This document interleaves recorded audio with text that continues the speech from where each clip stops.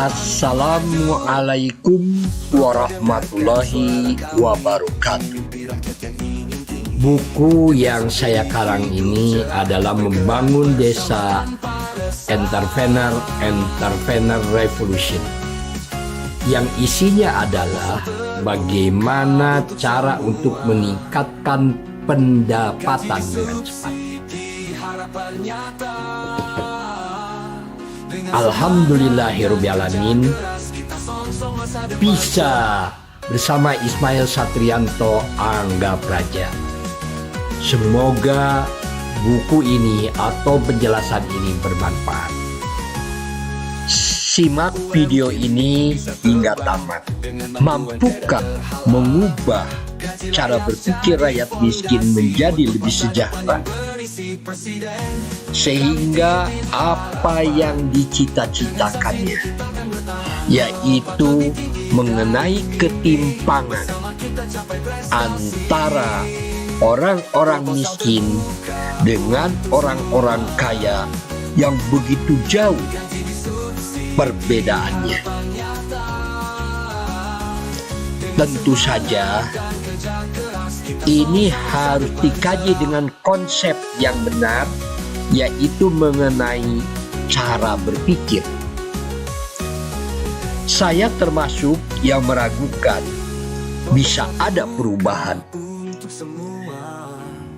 di mana mampu mengubah rakyat Indonesia, yang dimana rakyat Indonesia hari ini telah begitu rusaknya, ya, dimana mereka itu adalah rata-rata pragmatis dan mereka itu adalah mengejar uang, bukan bagaimana mengejar kerja yang baik dan benar, atau belajar yang tekun dan ulet, tetapi dia senang tangan di bawah daripada tangan di atas.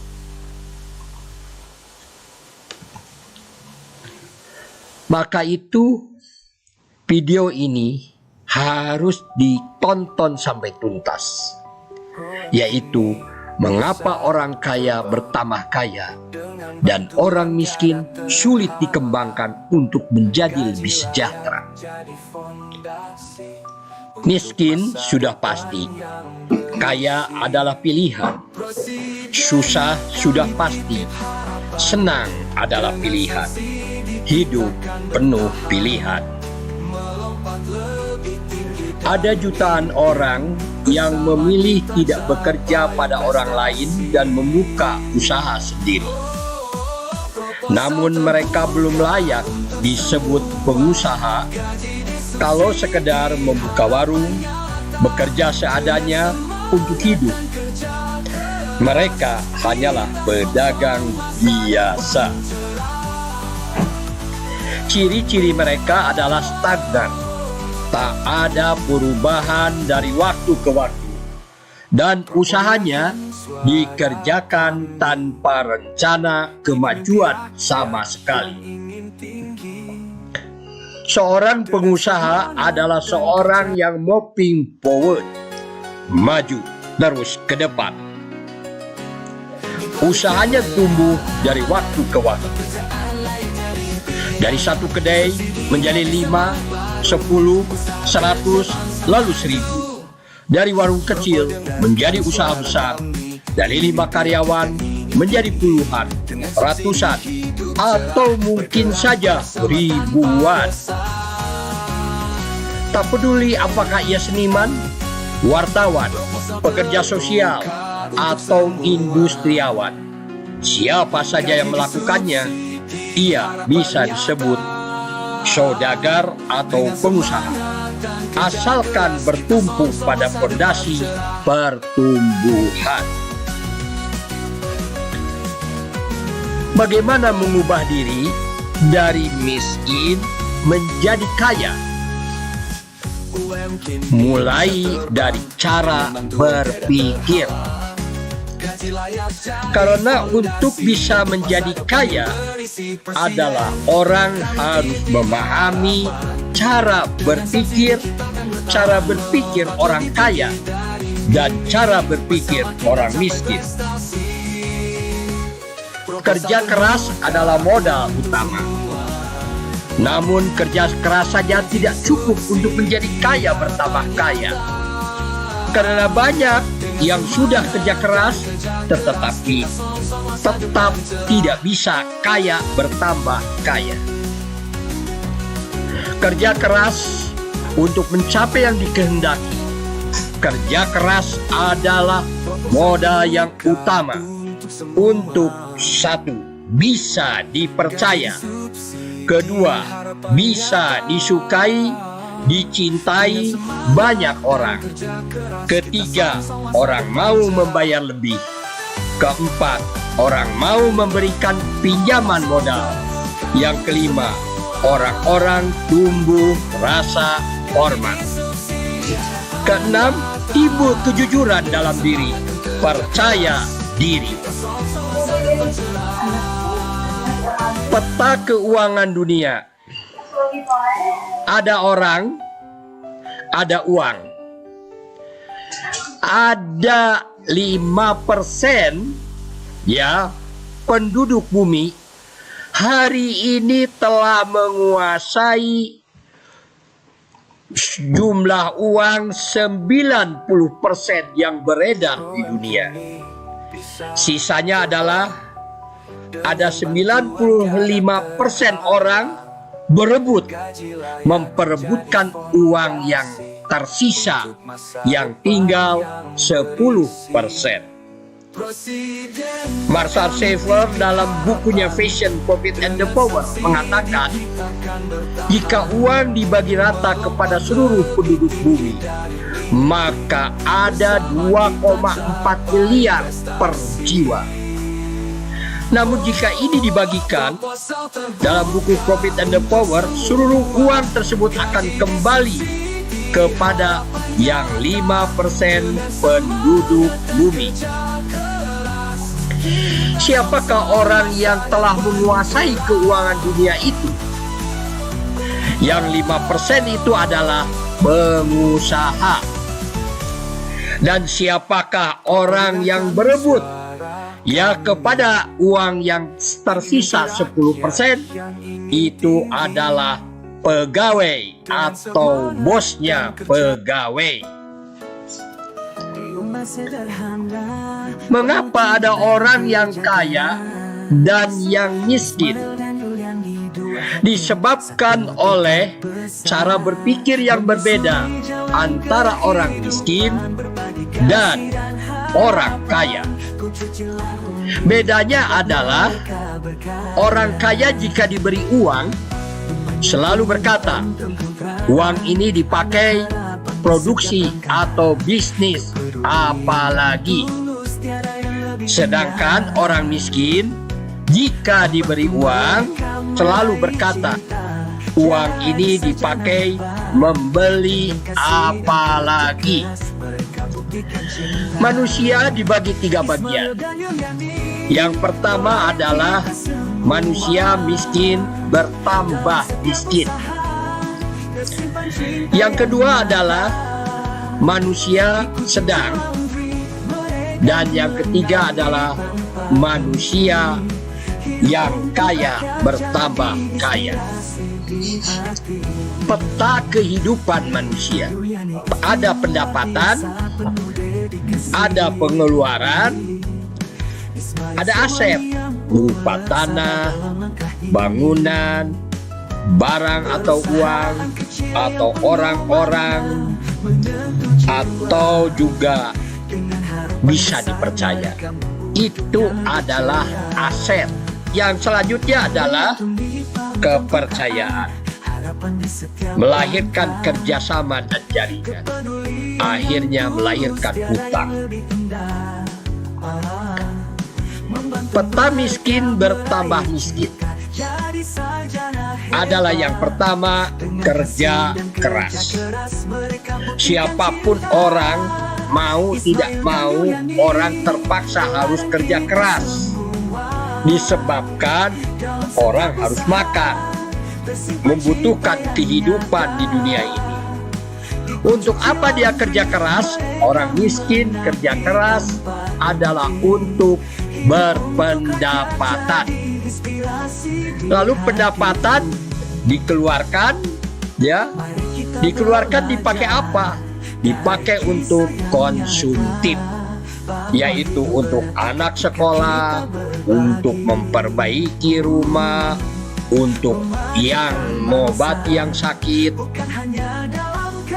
makan dan minum dan sebagainya. Apa yang tidak pernah dipikirkan oleh orang miskin? Yang tidak pernah dipikirkan oleh orang miskin adalah aset, yaitu di mana dia memiliki tanah, tetapi tanah itu tidak dimaksimalkan untuk pendapatan. Dia juga memiliki bangunan, tapi bangunan itu tidak dimaksimalkan untuk pendapatan. Jadi kalau orang miskin belum memiliki rumah, dia ngontrak. Maka ngontraknya itu adalah tanah dan bangunannya tidak untuk dipakai berpendapatan, tetapi hanya dipakai untuk tidur, makan, istirahat. Yang ketiga apa? Barang atau uang. Orang miskin itu adalah kalau dia memberi barang, barangnya tidak untuk meningkatkan pendapatan. Dia beli gelas, beli piring, atau beli kursi, atau beli TV, atau beli laptop, atau beli handphone. Ya, barang-barang yang dia miliki, ya, itu tidak dipakai untuk peningkatan pendapatan. Tetapi orang miskin akan menjadikan barang-barang itu adalah menjadi beban bagi dirinya, karena semuanya harus ada ongkos pemeliharaan, ada ongkos penggunaan, dan ada ongkos berbagai macam, ya, kalau itu membeli pulsa dan sebagainya. Jadi apa yang tidak pernah dipikirkan? Ya, dia memberi barang atau dia memiliki uang, uangnya tidak dipakai untuk meningkatkan pendapatan. Yang keempat adalah orang, di mana orang-orang yang memiliki kompetensi, ya, itu tidak dipahami oleh orang miskin itu bahwa kerjasama dengan orang yang memiliki kompetensi itu adalah bisa mengantarkan dirinya menjadi orang yang meningkat pendapatannya. Dan orang miskin itu cenderung tidak bisa dipercaya, begitu. Karena apa? Karena hidupnya untuk uang. Uang didahulukan, tapi pelayanan dikebelakangkan. Jadi kalau dia masuk ke dunia kerja, dia yang pertama ditanyakan gajinya berapa, begitu. Nah, tetapi bukan bagaimana saya ini harus mampu menjadi orang yang berguna di perusahaan itu sehingga saya layak untuk dibayar mahal, begitu. Lalu yang selanjutnya, orang miskin itu tidak memiliki kepercayaan dan tidak dipercaya, maka itu dia tidak bisa membangun kerjasama atau jaringan, ya. Jangankan dengan orang lain, dengan satu keluarga saja, dengan satu rumah saja, dia sudah tidak memiliki komitmen untuk membangun kerjasama atau membangun jaringan dengan serumah untuk meningkatkan pendapatan. Lebih-lebih dengan orang luar, begitu. selanjutnya maka itu dia tidak bisa dipercaya, tidak bisa berhutang. Sekarang bagaimana peta manusia sedang? Peta manusia sedang itu sama. Orang itu kerja keras. Untuk apa? Untuk berpendapatan. Siapa itu manusia sedang itu? Ada yang dokter Andes, ada yang doktor, begitu ya.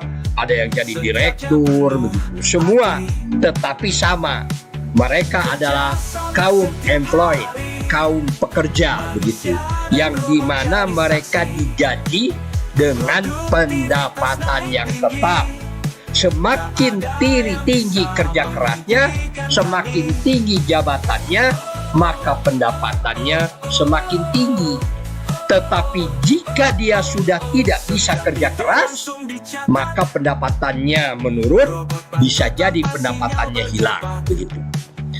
Maka itu peta manusia sedang ini adalah dia kerja keras untuk apa? Untuk berpendapatan. Lalu pendapatan itu dikeluarkan untuk apa? Untuk konsumtif, ya, begitu. Tetapi karena dia manusia sedang, dia adalah seorang sarjana. Masa seorang sarjana rumahnya lebih buruk daripada orang yang bukan sarjana, begitu. Maka biasanya istrinya mengatakan, masa kita ini orang intelektual, orang sarjana, lulusan perguruan tinggi, tetapi kita tidak bisa lebih baik daripada tetangga kita yang mereka pendidikannya SMA, SMP, tapi mereka sudah bisa membuat rumah. Sudah kelihatannya mereka layak untuk hidup layak. Maka itu manusia sedang ini, ya, bertambah konsumtifnya. Karena apa? Karena gaya hidupnya. Sedangkan warannya bertambah, tapi pendapatannya tetap sama. Maka dia kerja keras, ya, untuk apa? Untuk berusaha membangun kepercayaan yang lebih tinggi, supaya dia mampu kerjasama, gitu, mampu membuat jaringan, dan dia juga bisa berhutang. Tetapi tak kala dia mampu melakukan kerjasama atau jaringan, dia mampu berhutang, hutangnya dipakai atau kerjasamanya dipakai pendapatan.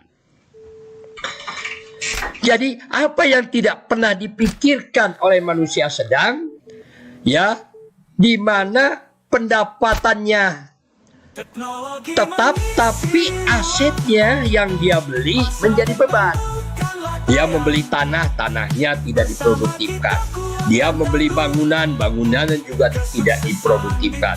Dia memberi barang-barang, kursi, TV, tidak bisa diproduktifkan. Dia banyak teman-temannya karena dia manusia sedang, tetapi orang-orangnya menjadi beban. Dan dia memang bisa dipercaya, begitu. Kenapa? Karena manusia sedang. Tetapi sebenarnya ini lebih susah daripada orang miskin. Kenapa lebih susah daripada orang miskin? Karena pendapatannya tetap, pengeluarannya bertambah, konsumtifnya bertambah, ditambah dengan harus membayar hutang atau membayar kerjasama, dan juga untuk memelihara aset dan pembiayaan aset. Sedangkan pendapatannya tetap. Inilah yang menjadikan manusia menjadi korupsi. Ya, sekarang bagaimana peta kaya bertambah kaya? Orang kaya bertambah kaya dimulai pikirannya dia kepada aset. Dia memiliki tanah, dia memiliki bangunan, dia memiliki barang, dia memiliki uang, dia juga banyak kenalan orang-orang, dan juga dia bisa dipercaya, begitu, ya. Maka Orang kaya bertambah kaya, dia kerja keras, ya.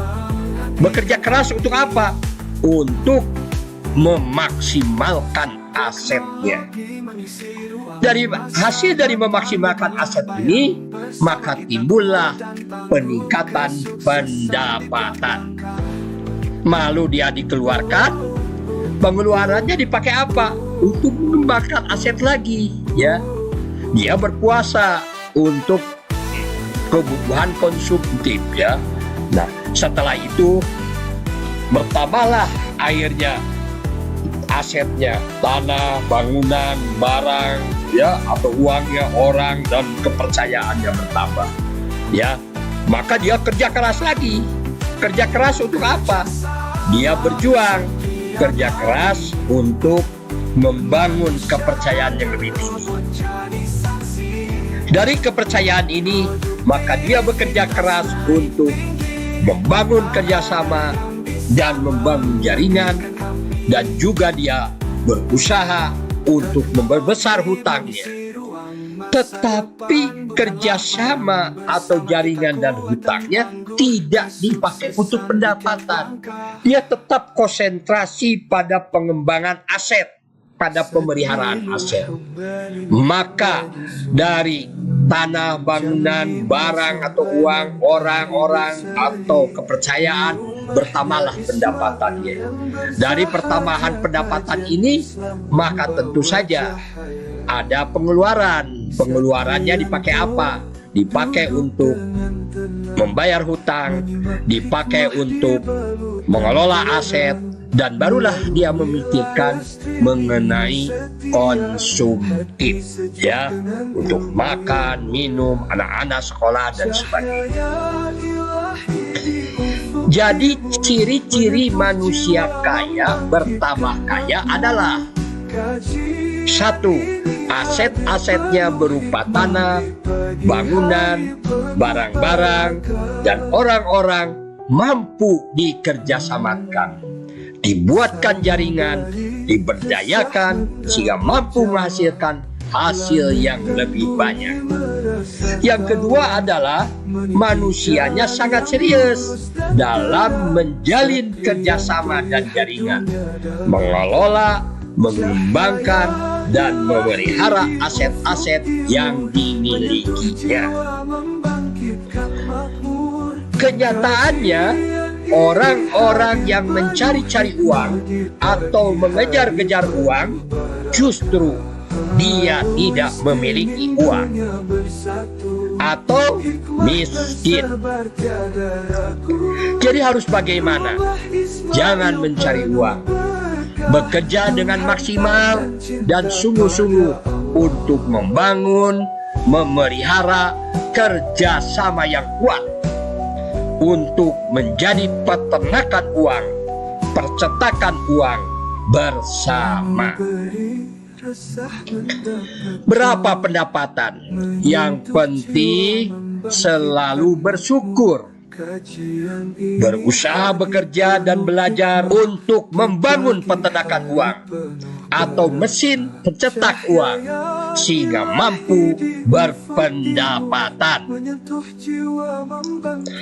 Ada pendapatan tiap hari, pendapatan tiap minggu, pendapatan tiap bulan, 3 bulanan, 6 bulanan, tiap tahun, 3 tahunan, 5 tahunan, 10 tahunan, 20 tahunan, dan seterusnya.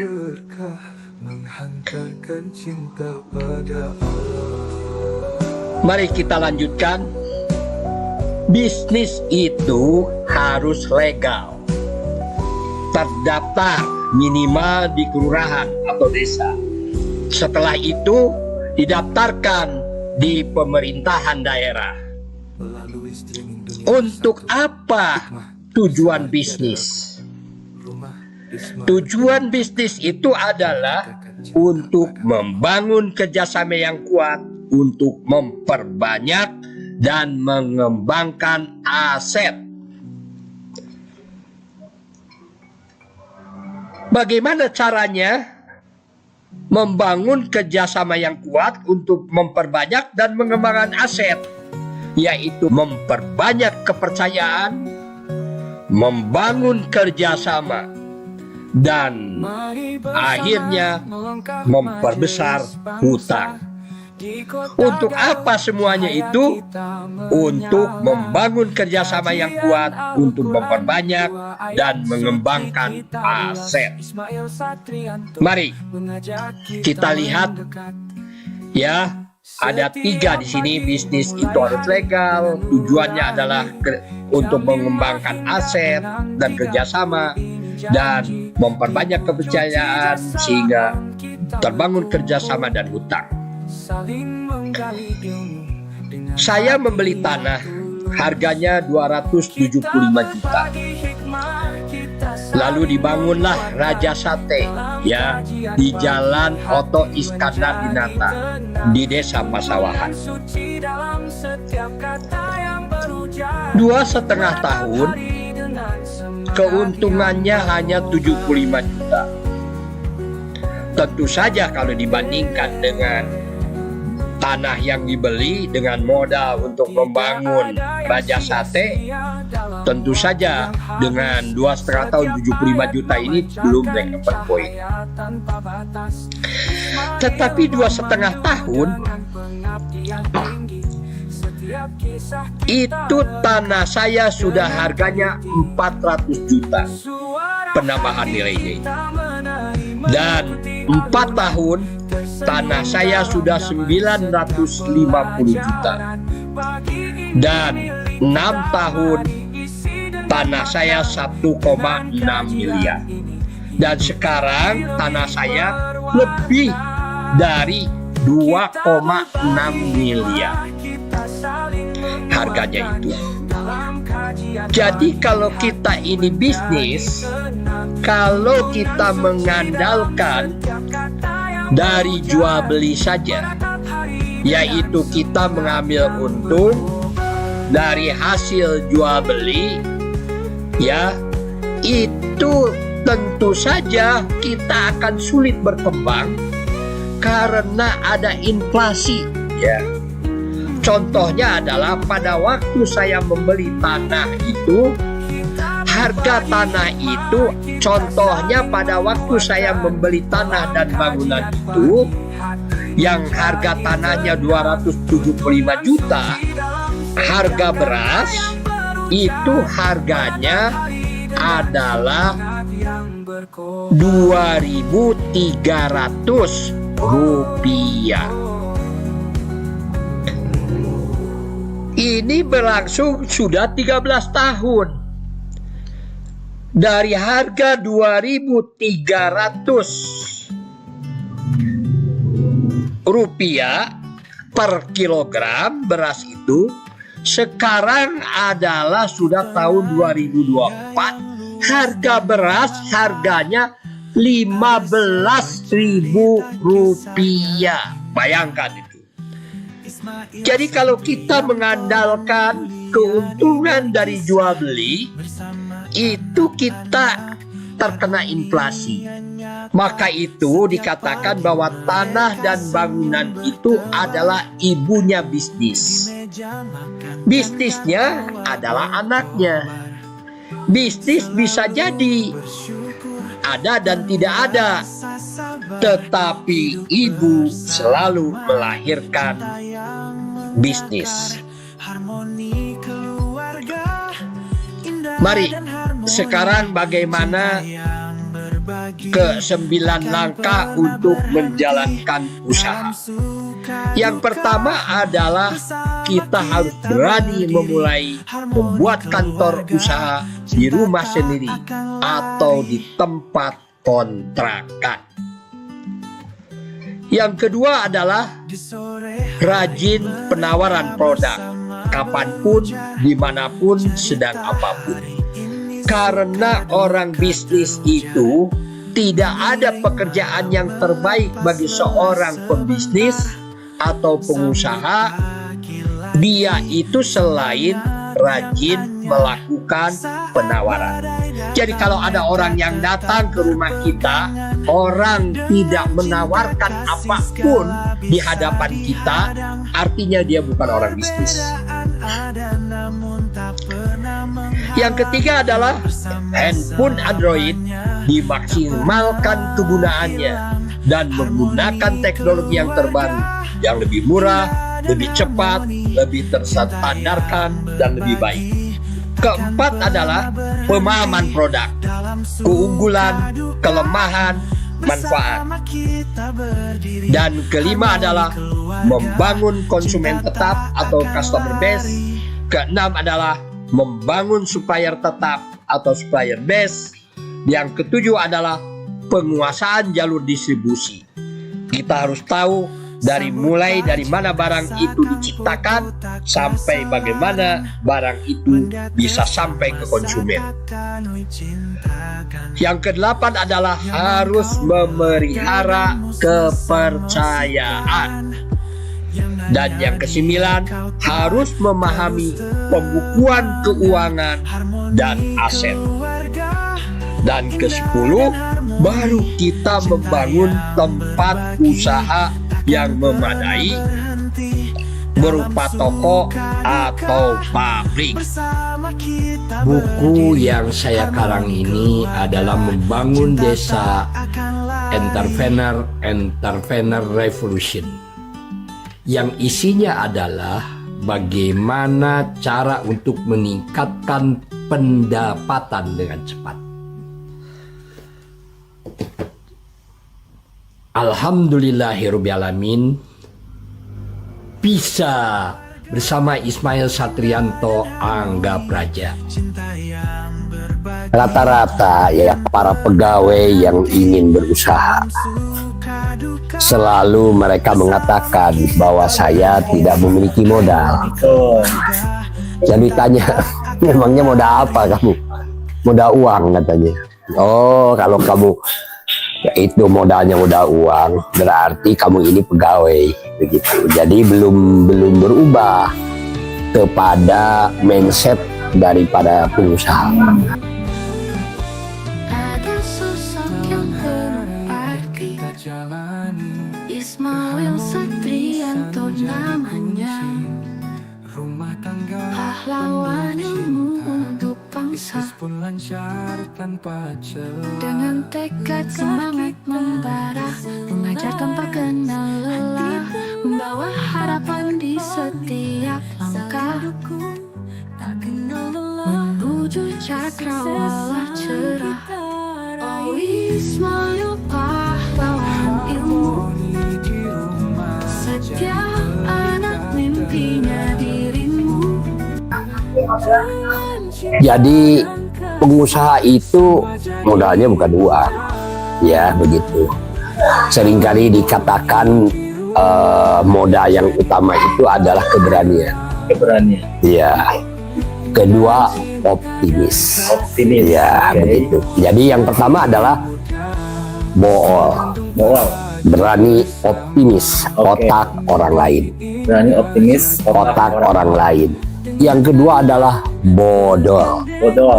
Berani optimis duit orang lain. Berani optimis duit orang lain. Nah, yang ketiga adalah bobol. Berani optimis bisnis orang lain. Oke, berani bisnis optimis orang lain. Lalu yang selanjutnya adalah botol. Berani optimis tenaga orang lain. Berani optimis tenaga orang lain. Boror. Berani optimis referensi orang lain. Berani optimis referensi orang lain. Oke. Jadi nanti dulu, ini sebentar. Saya juga nggak paham. Ya, satu-satu dulu. Iya. Jadi manusia itu ada pertimbangan, ada keberanian. Ya. Orang yang pertama ada manusia yang banyak pertimbangan, dan juga dia tidak punya pertimbangan. Yang pertama itu, yang kedua juga dia tidak berani. Ini manusia pertama. Manusia yang kedua adalah orang yang banyak pertimbangan. Karena banyak pertimbangan, maka otomatis keberaniannya kurang. Yang ketiga adalah berani. Yang ketiga adalah keberaniannya tinggi. Karena keberaniannya tinggi, otomatis pertimbangannya kurang. Yang keempat adalah pertimbangannya banyak, ya. Pertimbangannya banyak, keberaniannya juga besar. Inilah karakter kesempurnaan sebagai seorang pengusaha. Memang keberanian harus banyak, pertimbangan juga harus banyak. Pertimbangan itu kan tergantung ilmu yang dia miliki. Jadi sebaik-baiknya sekolah bagi pengusaha itu ya perusahaannya. Oh iya iya. Ya, sebaik-baiknya. Universitas yang sebenarnya adalah perusahaannya. Nah, kalau orang sekarang banyak pertimbangan, keberanian kurang, itu kan akibat orang tua yang salah mendidik. Kalau ada orang yang bertengkar, ya, nah, kamu ini harus banyak pertimbangan, jangan mengandalkan keberanian. Lebih baik kamu ini mengalah untuk menang, misalnya begitu.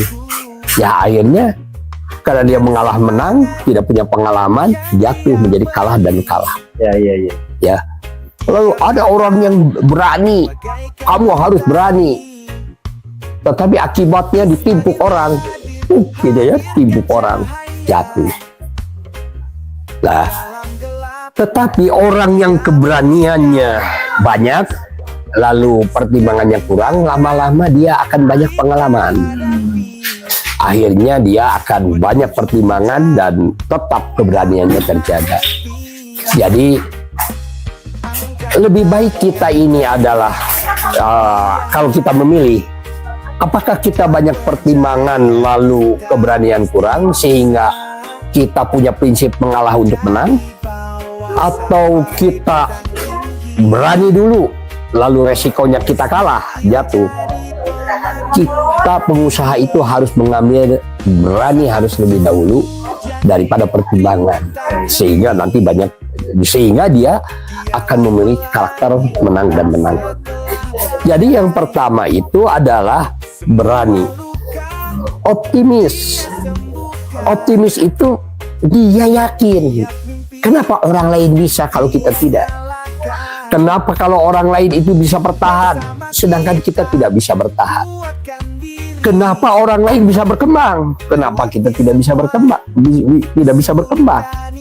Maka orang itu harus optimis. Ya, caranya adalah ya kita melihat keberhasilan orang. Karena siapa yang mengetahui orang lain, meskipun dia tidak tahu diri, tapi setengah kemenangan akan didapat. Kenapa setengah kemenangan akan didapat? Karena dia belajar pada orang-orang sukses, belajar pada orang-orang yang berhasil. Begitu, meskipun dia sendiri tidak tahu diri, gitu. Tetapi kebanyakan ini setelah kemenangan sudah didapat. Jadi, ya, yang terpenting itu optimis. Optimis itu kalau diterjemahkan begitu ya, O-nya itu obat, P-nya penyakit, T-nya tidak miskin. Nah, optimis, obat penyakit tidak miskin. Jadi orang-orang optimis itu insya Allah akan terus berkembang dan pikirannya selalu positif, husnudon, baik terhadap Allah. Tapi orang-orang yang pesimis, P-nya itu apa? Penyakit. Si miskin, pesimis, penyakit si miskin. Pikirannya negatif, maka daya juangnya juga rendah. Dia segala sesuatu dinilai dengan sesuatu yang negatif, sesuatu yang segala lupa. Jadi orang selalu berorientasi kepada kelemahan. Orang-orang yang selalu berusaha melihat terlebih dahulu kelemahannya dan ancaman, tidak kepada peluang dan kekuatan, ya otomatis dia akan pesimis. Begitu. Jadi itu yang pertama ya. Silakan. Oke, jadi harus punya tekad kuat, keberanian. Jangan banyak pertimbangan, itu yang pertama ya Pak. Ya, jangan banyak pertimbangan. Nah, yang kalau banyak pertimbangan nanti nggak jadi kita ini. Di sudut kota ini ada tempat yang istimewa. Kejucilan Andre berdiri dengan bangga. Meski kecil tak kenal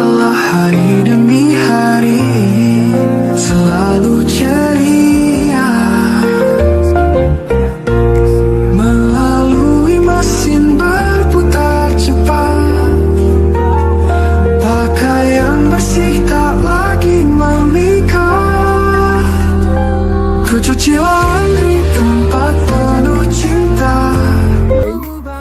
Terus tentang yang 5 itu ada botol, ada bool, ada bobol, ada boror, Bodol. bodol gitu ya. Nah ini yang mana dulu nih ya Pak? Yang bool dulu atau yang botol dulu nih? Yang mana saja dulu. Oke, itu bisa dimain aja gitu. Iya, yang jelas bahwa kalau kita bertekad untuk jadi pengusaha, kita tidak harus mengandalkan diri kita sendiri, tetapi kita harus mengandalkan tenaga orang lain, harus mengandalkan otak orang lain, harus mengandalkan bisnis orang lain, harus mengandalkan tenaga orang lain. Jadi harus mengandalkan referensi orang lain. Jadi seorang pengusaha itu adalah orang yang orientasinya ke eksternal, bukan ke internal. Ke eksternal itu adalah orang yang dimana dia selalu optimis menggunakan orang lain. Ya, maka itu modal yang paling utama adalah dipercaya. Kalau orang sudah dipercaya, ya itu akan mudah kesananya. Tapi kalau orang sudah kepercayaannya kurang, ya kesananya agak sulit juga begitu. Oke. Jadi kita awali dari bool dulu nih, harus ada jauh nih. Bool. Orang nggak paham nih. Oke. Bool itu begini. Bool itu gini. Otak orang lain. Ya, otak orang lain. Otak orang lain itu kita ini membuka bisnis, tapi kita tidak paham dan tidak mengerti. Kebetulan teman kita ini sudah lama dia bekerja di tukang bakso nih. Oh iya. Oh, kita mau buat bakso nih, atau saya mau buat kopi nih ya. Ini kopi, secangkir kopi ya. Enak ya. Saya mau buat kopi nih. Tapi kita tidak paham kopi. Tapi ada orang yang dimana orang itu sudah bekerja di pabrik kopi. Cuman karena dia bukan mental pengusaha, dia mental pegawai, begitu. Dia itu tidak bisa berbuat apa-apa meskipun dia memiliki otak kopi, gitu. Maka kita datang silaturahmi kepada orang itu. Mau nggak kita sama-sama kerja dengan kita? Kan dulu saya tahu di sana itu tukang kopi dan sudah biasa mengolah kopi, dan kopi Anda itu enak. Saya bisa menjualkannya. Yuk kita sama-sama kerjasama. Artinya pakai otak orang lain gitu. Lalu tenaga orang lain, nah itu sudah jelas ya, ini bisnis orang lain. Kita mau bisnis, ya kalau bisa jangan coba-coba dulu lah bisnis itu. Bisnis yang coba-coba, namanya coba-coba kan kebanyakan gagal. Bisnis itu yang pasti-pasti saja. Bagaimana caranya? Ya caranya lihat orang lain bisnisnya bisnis apa. Lalu bisnisnya sudah maju di sana. Umpamanya ada orang yang sudah berbisnis mengenai kopi botol, ya, kopi botol. Kan banyak di YouTube itu orang-orang sukses yang sudah menjalani kehidupan itu kan bisnis orang lain. Nah, kalau bisa kita berhubungan dengan mereka, dan kita sebaiknya menghubungkan diri menjadi cabangnya, begitu. Minimal menjadi penjualnya dulu, ya, atau menjadi apanya dulu, begitu. Sehingga kita nyambung silaturahminya dengan bisnis orang lain. Kita tidak usah gagayaan buat brand sendiri yang aneh-aneh dan sebagainya. Pakai aja brand orang lain, ya.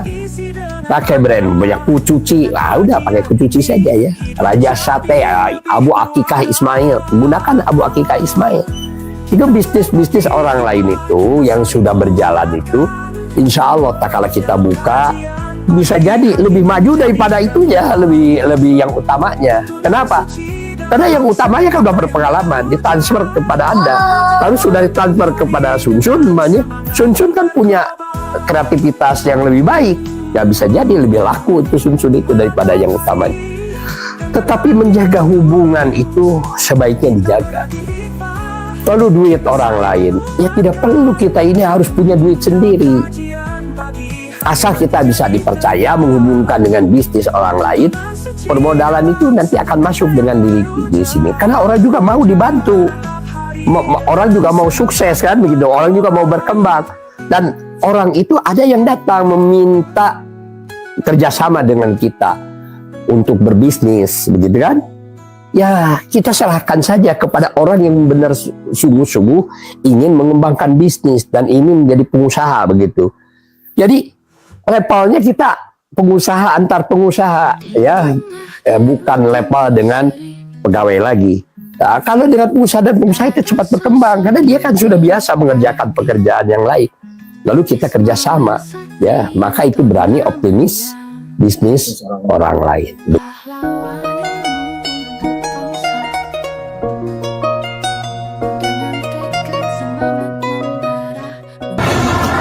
Mantap, pokoknya mantap.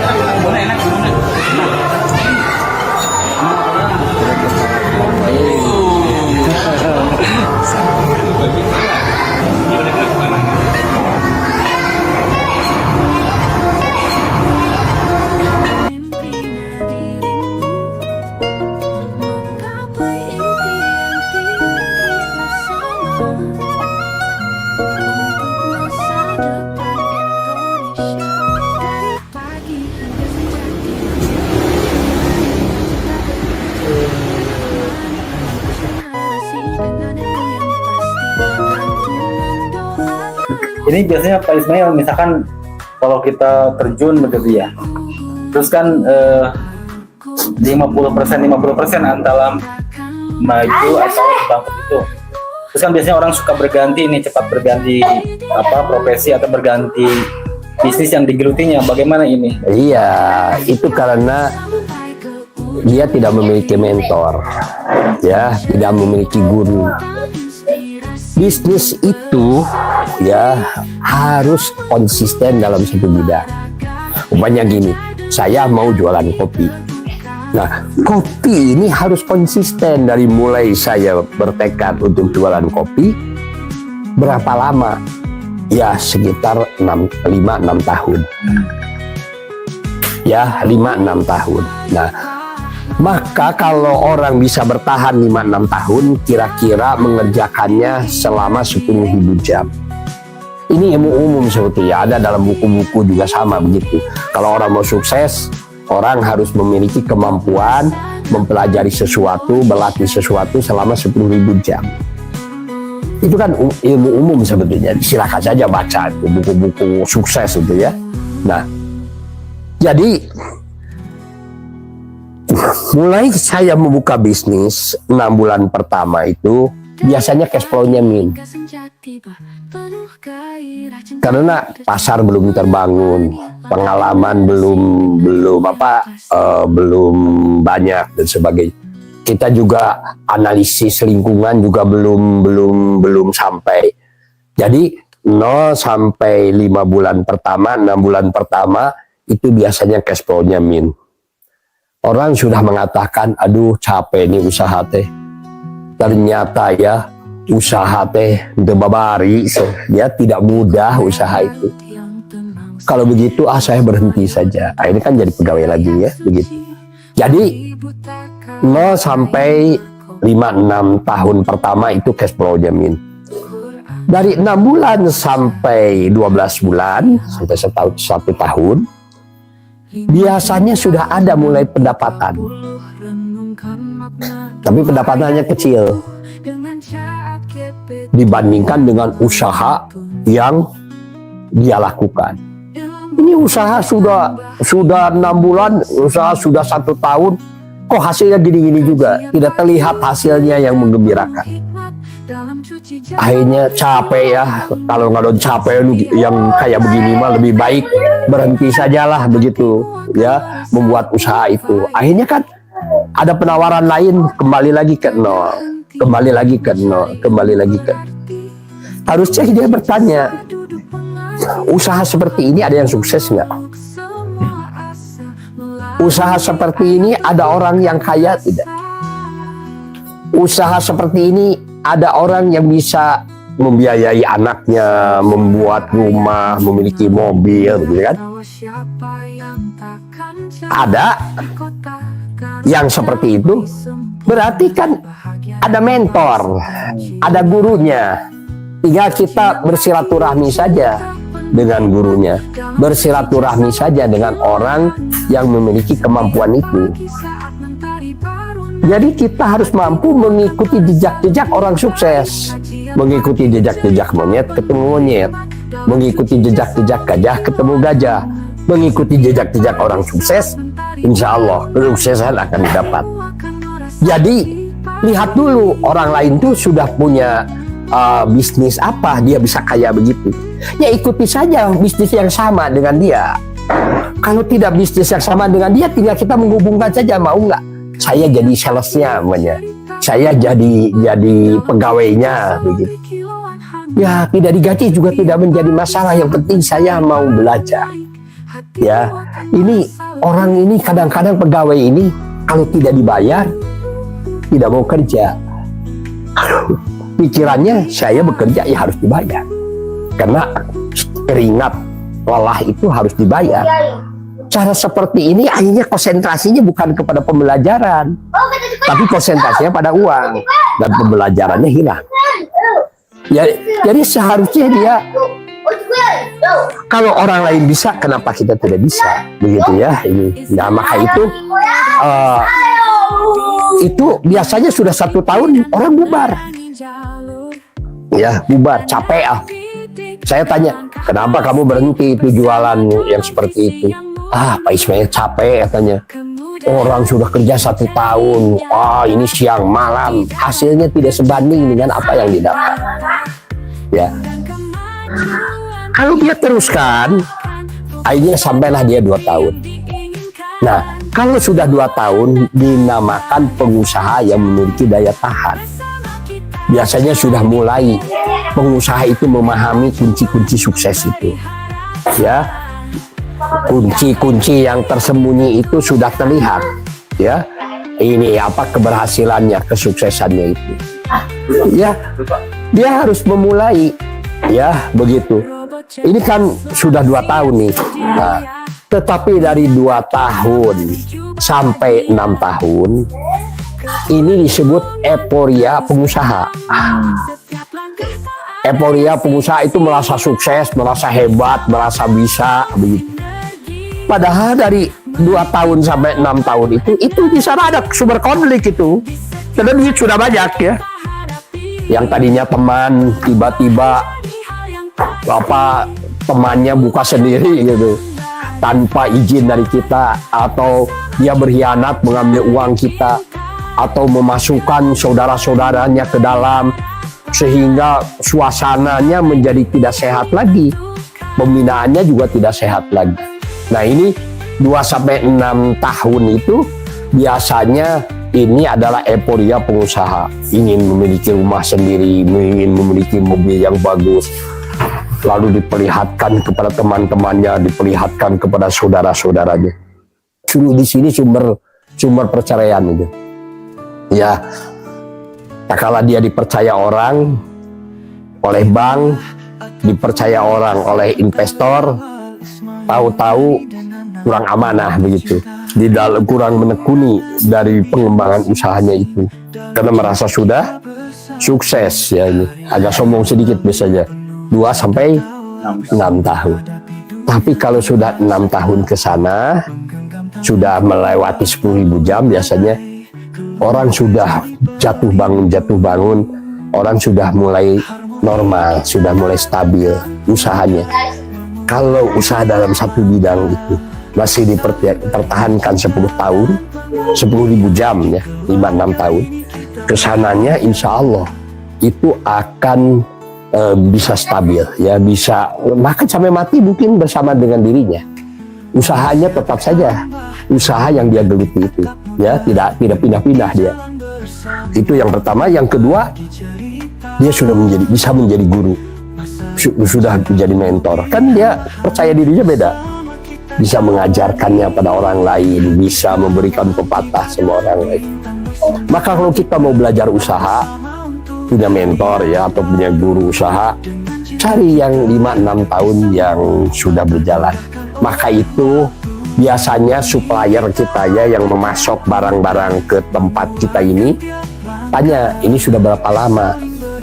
Kalau sudah lebih dari 5-6 tahun, sudah 7 tahun, bahkan ada yang 15 tahun begitu.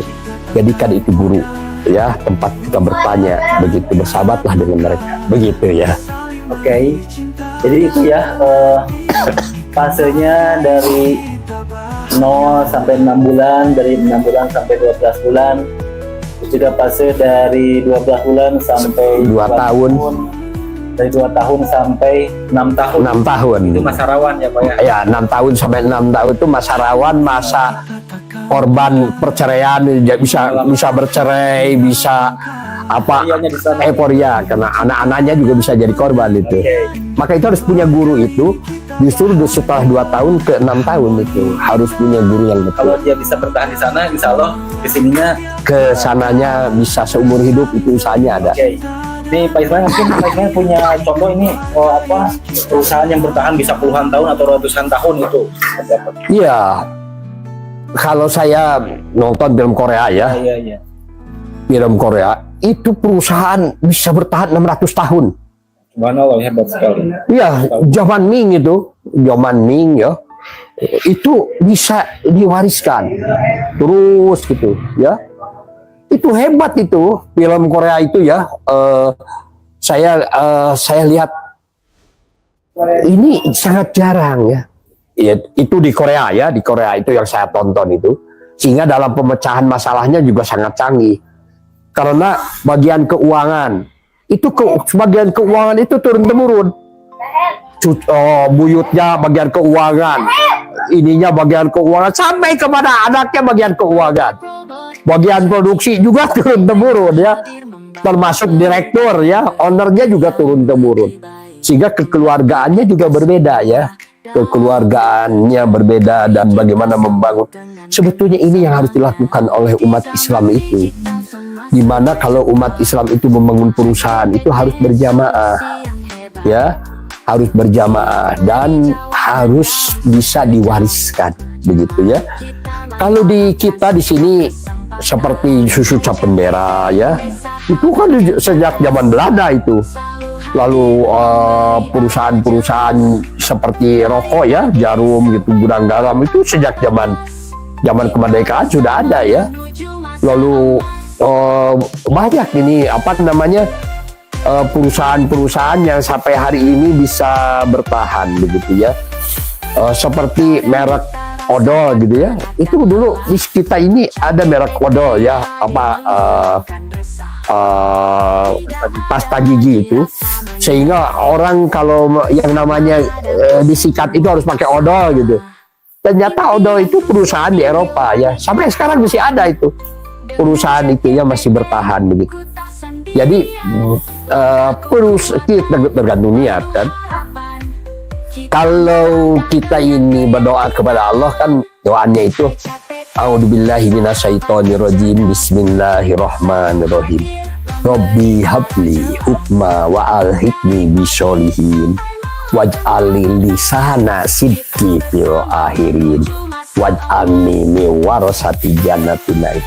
Ya Allah, berilah aku ilmu dan masukkan aku ke dalam golongan orang-orang yang berkarya, yang berguna bagi orang lain. Jadi karya itu berguna bagi orang lain. Semakin tinggi ilmu, semakin tinggi kita ini, kita akan semakin soleh. Soleh itu apa? Soleh itu adalah dia melakukan sebuah kegiatan yang berguna bagi orang lain.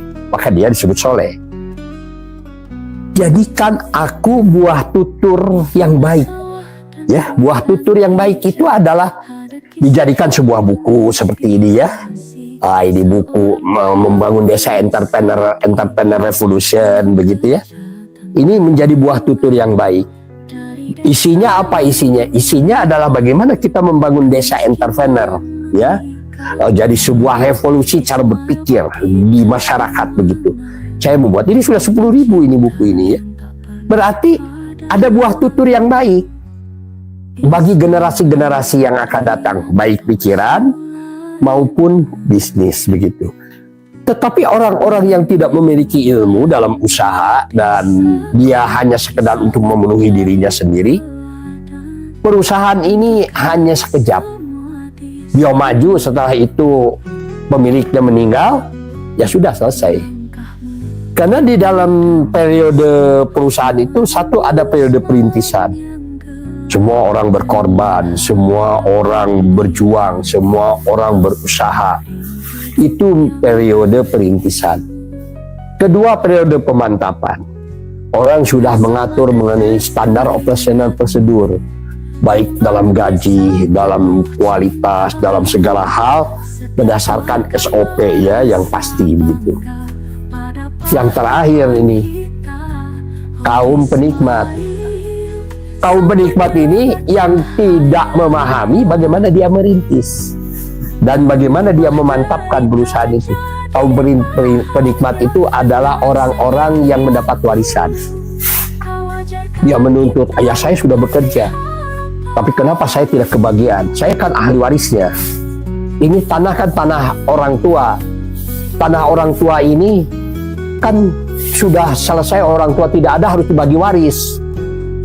Tetapi kalau kita ini pembinaan kepada anak-anak atau kepada keluarganya benar begitu, ini akan berlanjut, ya berlanjut. Contoh di pesantren, ini pesantren-pesantren di Tasikmalaya ya. Kalau itu kiainya meninggal, itu keluarganya tidak ada yang berani pergi sebelum diputuskan siapa yang akan memimpin, begitu ya. Jadi kalau sudah diputuskan siapa yang akan memimpin, sudah ada pemimpin baru mereka pada pulang. Ya. Jadi tidak akan pernah ribut bagi warisan begitu ya, begitu. Karena ini adalah karya orang tua sebetulnya yang harus ditindaklanjuti menjadi buah tutur yang baik bagi generasi yang akan datang. Kan kasihan orang tua sudah berdarah-darah membuat sebuah perusahaan, membuat sebuah lembaga, tahu-tahu anaknya menuntut ya untuk dibagi waris. Tak kala akan dikembangkan menjadi di ownernya sendiri bermasalah. Kalau di ownernya sendiri bermasalah, perusahaan itu harus segera memang harus segera dijual, lalu dibagikan dan orang harus merintis yang baru lagi. Oke, misalkan kalau di Garut nih saya tertarik, saya sebut saja seperti dodol piknik. Dodol piknik, ya. Itu ceritanya Pak Ismail pasti paham tentang itu. Ya, dodol piknik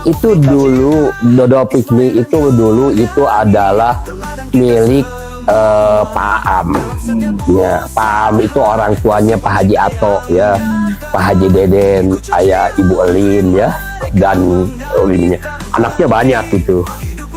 Nah, itu membangun perusahaan. Saya masih ingat itu pada waktu kecil itu kalau main ke rumahnya, saya selalu ikut nyetrekan nyetrekan ini yang dusnya itu ya, suka ini. Lalu kadang-kadang kalau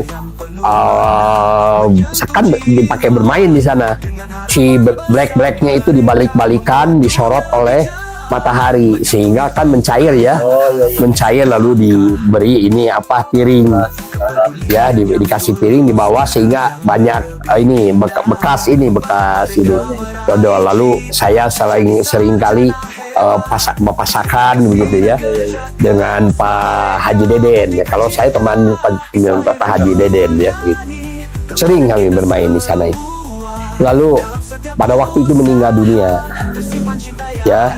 Setelah meninggal dunia, ininya banyak, keluarga ini belum bisa mengelola perusahaan itu ya, karena masih kecil-kecil kan. Maka ada Pak Haji Iton. Pak Haji Iton itu rumahnya di sana tuh dekat Jalan Ciledug. Itu ada dodol juga dia sama ya. Kalau tidak salah dodolnya apa ya, lupa saya ya mereknya itu. Lalu di akhirnya perusahaan itu dikelola oleh Pak Haji Iton. Nah, Pak Haji Iton itu amanah ya, luar biasa, pejuang Islam ya. Dia juga yang suka nyumbang ke Darul Arkom gitu ya. Dia juga, kalau saya dulu dia lagi jadi pemuda begitu di Muhammadiyah ya, pemuda Muhammadiyah. kalau minta duit ke Pak Haji Iton itu jangan dihitung duit itu. Pak Haji Iton saya mau mengadakan kegiatan, terus buka sabaraha didinya. Iya terus kadu sakieu, oh nya sana. Lalu dia ngambil uang, lalu dia tidak pernah menghitung uangnya berapa, itu dikodok saja di dalam sakunya, begitu ya. Dihitung tahu-tahu 400.000 gitu. Gede itu 400.000 ya. Zamannya itu kan. Pada zamannya itu. Nah itu. Ya itu dengan Pak Haji Iton itu banyak kenang-kenangan. Kalau saya datang ke Pak Haji Iton, Pak Haji saya mau mengadakan kegiatan, semoga duit di mana? Ke acan mereka Pak Haji weh. Jangan nolak. Jadi dia tidak mau menyumbang kalau generasi mudanya belum bekerja begitu, belum maksimal. Cidit kukelilingan datang lagi ke sana.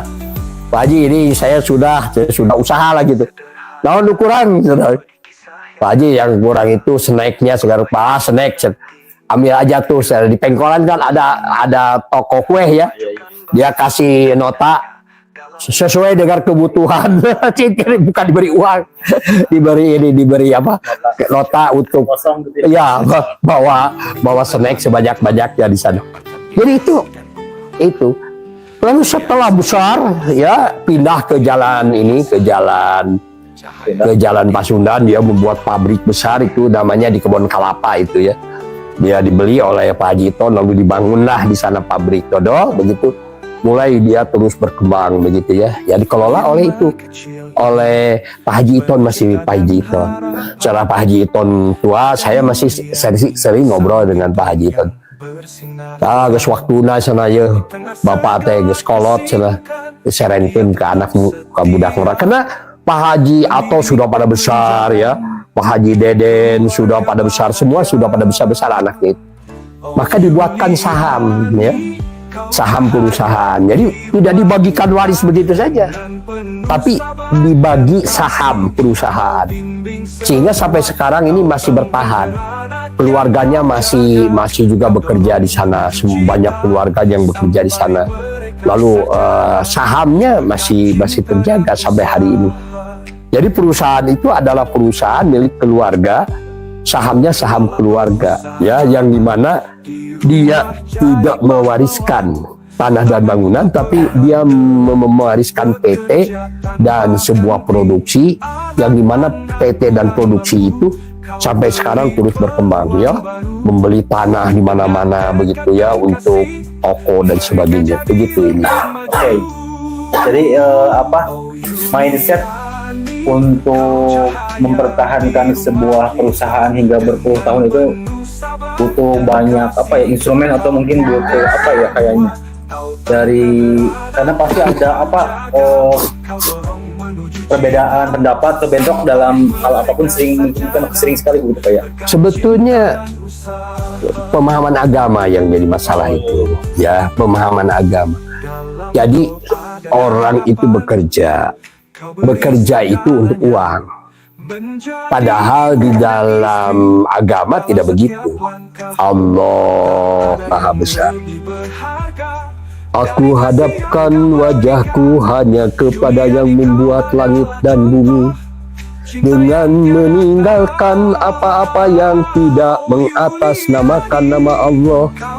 Ini sholatku, ini pekerjaanku, ini hidupku, ini matiku, hanya untuk Allah. Memberi harap mengatur sekalian alam. Mudah-mudahan kami termasuk orang yang bersahadat. Pemahaman agama bahwa seseorang itu satu bekerja untuk Allah, kedua adalah orang itu harus menjadi buah tutur yang baik bagi generasi yang akan datang. Jangan sampai kita mewariskan anak-anak yang lemah, ya.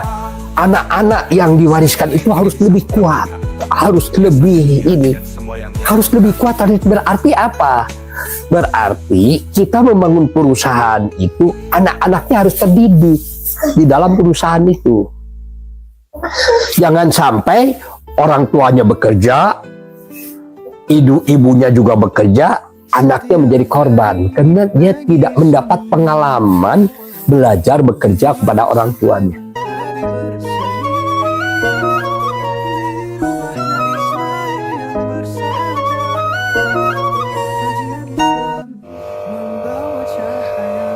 Kalau kalian kasiro, aduh, bayang-bong, gulai kepala kambing, raja sate, pengiriman ketiga.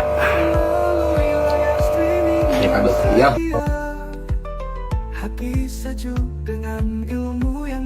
Tapi kalau dia yang pertama itu buatkan, ya langkah pertama adalah buatkan rumah atau buatkan kantor di rumahnya sendiri. Jadi membuat tempat kerja di rumah sendiri itu menjadi sebuah kewajiban dari orang tua untuk mendidik anak-anaknya.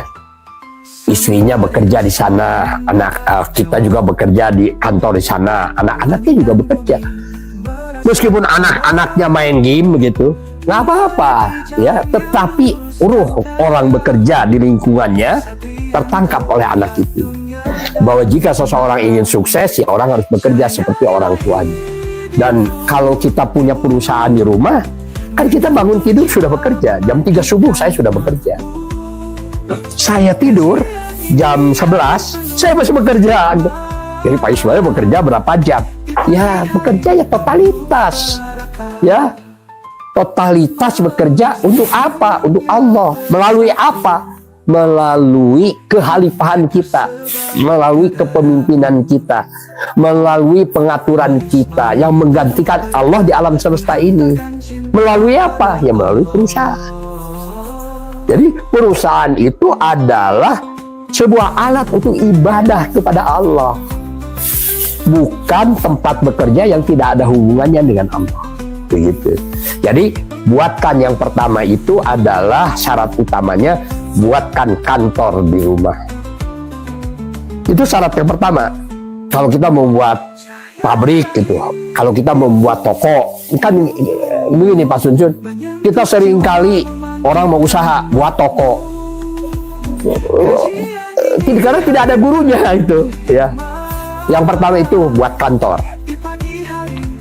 Apa yang ditulis di kantor itu, ada apa di kantor itu? Yang penting di kantor itu adalah ada laporan keuangan, catatan harian, tanggal 1 berapa, tanggal 2 berapa, jadi setiap hari itu harus dicatat, tanggal 1 pendapatannya berapa, tanggal 2 produknya apa, tulis di sana ya. Jadi itu harus dilakukan setiap hari, ditempel di dinding. Untuk apa itu? Untuk melatih kecerdasan finansial. Semua warga di sana, semua keluarga di sana melihat ada laporan keuangan di sana. Itu yang pertama ya.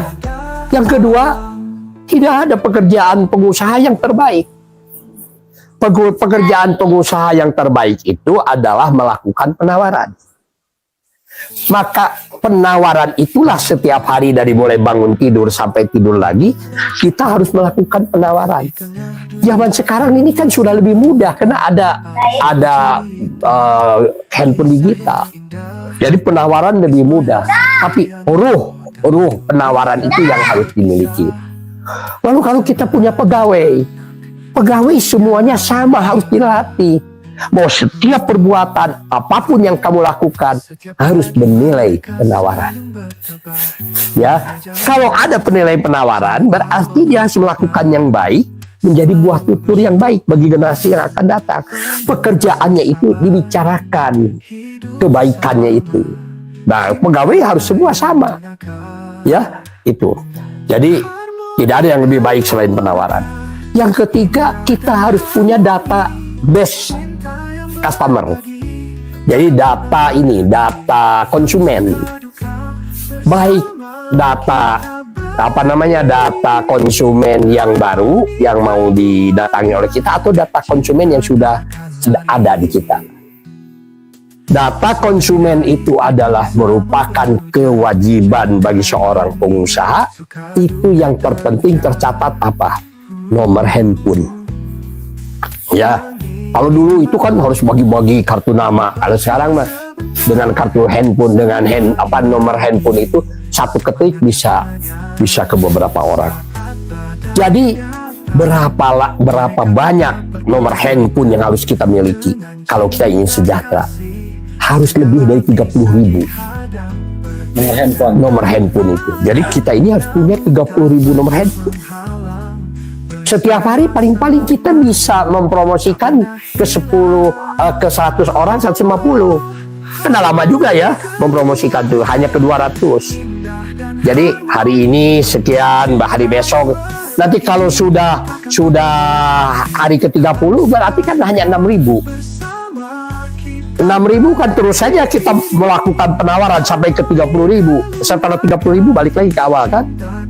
Itu saya kira tidak akan terlalu banyak mengganggu orang yang menerima handphone itu. Jauh ya. Mau apika kehelen. Beda dengan sedikit nomor itu, penawarannya jadi rutin begitu. Jadi itu harus dimiliki sekitar 30.000 nomor, baru itu sejahtera. Maka itu di tempat saya di Kiu Cuci Jasalon di Ciloan ya, di Raja Sate ya, di Tanjung atau di Abu Akikah, ya, Abu Ismail Akikah ya, atau Kambing Guling. Yang terpenting harus punya database. Karyawan itu semua dimotivasi untuk memiliki 30.000. Itu kan karyawannya, oh apa nanti ini jebol katanya. Ya jebol kalau tidak tahu caranya. Caranya harus disimpan di Google Drive. Sehingga kalau handphonenya hilang, nomor handphone itu masih tetap terjaga ya begitu. Dan disimpan di Google Drive. Karena harus ada caranya gitu. Kalaupun kita promosi, kita sekali status kan yang nonton itu sekitar 2.700 gitu. 270, 300 per hari. Lumayan lah begitu ya. Sama dengan membagikan kartu nama kan begitu. Jadi lebih murah sekarang. Jadi miliki database customer. Yang kedua, miliki database supplier. Ya, supplier itu harus didatang. Kita ini kalau belanja itu jangan kemana-mana. Belanja itu kalau sudah pasti kita belanja ke sana, udah di sana aja. Sehingga kita bisa memiliki hubungan dalam jangka panjang. Ya, seperti saya hubungan dengan orang pasar itu sudah 20 tahun. Itu hubungannya sudah seperti keluarga. Kita kalau sakit datang ke rumahnya, ditengok begitu. Kalau kebetulan kita lagi punya waktu, ya datanglah ke rumahnya, ngobrol-ngobrol, silaturahmi gitu. Beda itu, sehingga database supplier itu kita miliki, bukan hanya kita miliki, tapi terjalin sebuah hubungan. Kalau kita minta tolong, ya saya ini mau mengadakan ini, saya tidak ada uangnya, ambil saja Pak Ismail berapa yang dibutuhkan, gitu kan? Kenapa? Karena dia sudah percaya kepada kita, sudah seperti saudara. Jadi silaturahmi itu akan memperbanyak rezeki dan memperpanjang umur. Yang ketiga, kita harus memahami jalur kontribusi. Jadi barang itu dari mulai ditanam, mulai dibuat, sampai barang itu sampai ke customer, ya, kepada konsumen. Kita harus bagaimana sejarah kontribusinya. Sehingga tak kala supplier kita ini berhenti, kita tidak kelabakan, karena masih ada. Kita tahu dari mana itu barang itu. Tetapi mentang-mentang kita tahu lalu ditinggalkan supaya yang lama, kita masuk ke ini, jangan. Kita harus menjalin silaturahmi itu lebih penting daripada uang yang didapat. Karena apa? Karena tatkala kita kesulitan, tatkala kita membutuhkan, orang-orang yang ada di sekitar kita akan menolong kita. Jadi ini kita harus mengetahui jalur distribusi. Berapa? Sudah berapa ini? 4. Yang kelima, kita harus menguasai pembukuan. Ya, pembukuan yang paling penting itu kita mencatatkan pendapatan kotor ya di dinding. Jangan pendapatan bersih. Kalau pendapatan bersih nanti kita tidak percaya diri karena kecil. Tapi pendapatan kotor, sehingga kita percaya diri pendapatan kotornya berapa gitu. Nah itu ya yang terpenting, kita harus menguasai pembukuan. Dan pembukuan ini sekarang sudah ada di handphone ya, di Play Store begitu. Tinggal kita mendownload saja ya dengan mudah begitu. Nah, yang berapa sekarang? Yang keenam. Yang keenam, ya, kita harus memiliki guru. Ya, memiliki guru.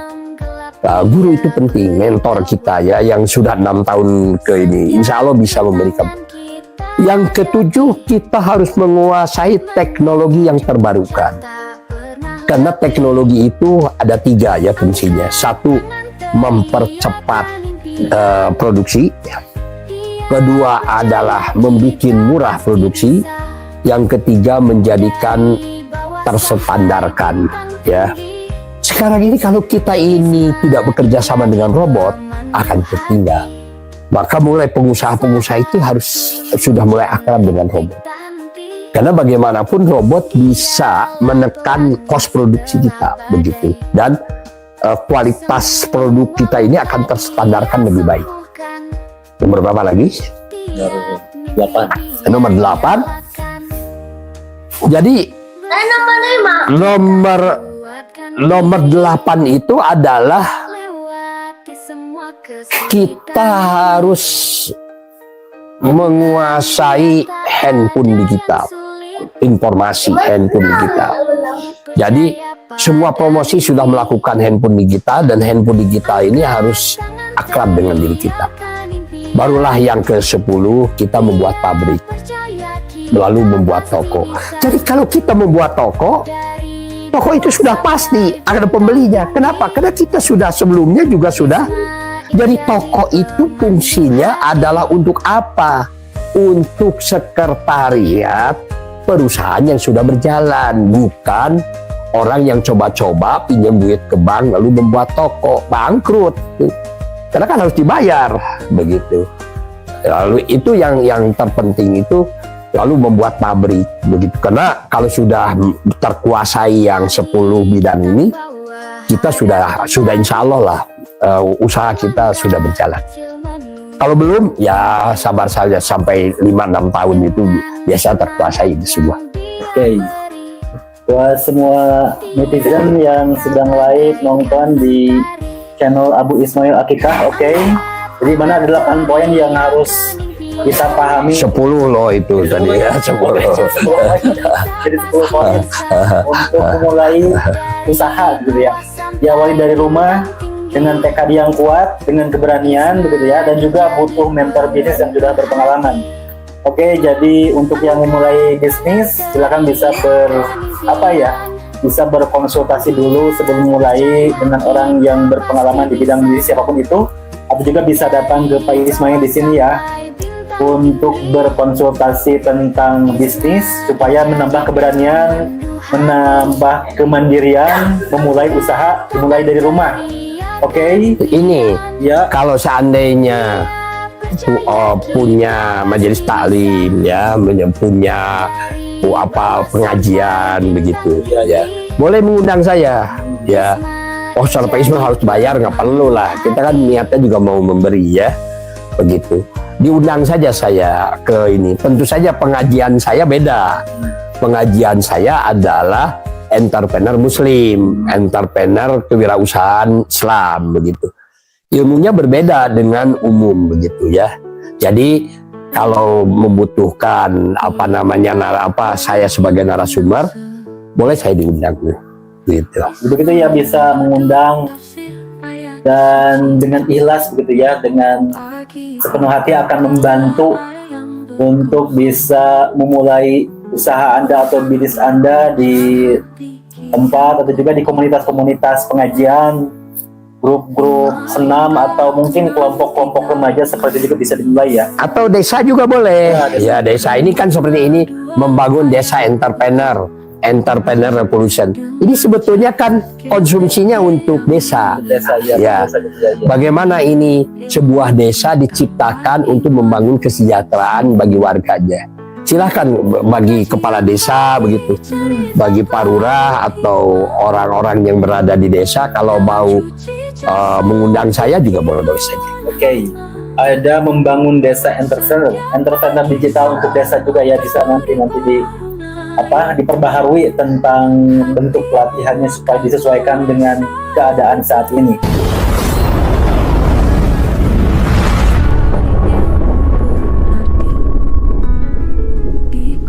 Aduh